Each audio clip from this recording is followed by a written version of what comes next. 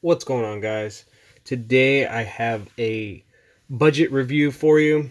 This right here is the Sightmark Ultra Shot Reflex sight. It's a little red dot. Um, it hasn't been my red dot over the last 4 years. It's been my buddy's. He has put about 2,000 rounds through it over the last 4 years. Probably a little bit more than 2,000 rounds, he said, but that's just a rough guess. We traded this. He basically gave it to me for free, honestly. He went ahead and threw it in. I traded him for that.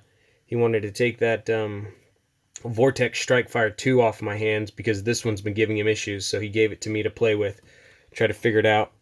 So basically, his issue after 2,000 rounds has been this little reticle. During fire, it'll just shut itself off, and the dials obviously don't get turned. They're pretty hard to turn, these dials. Not hard necessarily, but you can't do it by shooting the gun, obviously. But he said that he'd fire it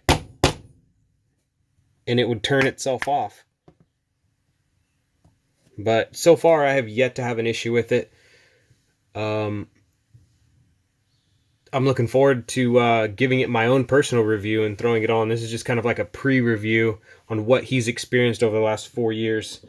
So let's cycle through some of these optics here. Little crosshairs, just a single dot, and then boom. It's got 5 different brightness settings, actually. Turn it up another one there.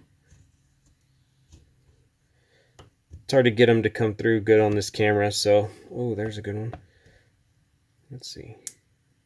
Dot, crosshair. There we go. That's not too bad. Let's see if we can go down one more.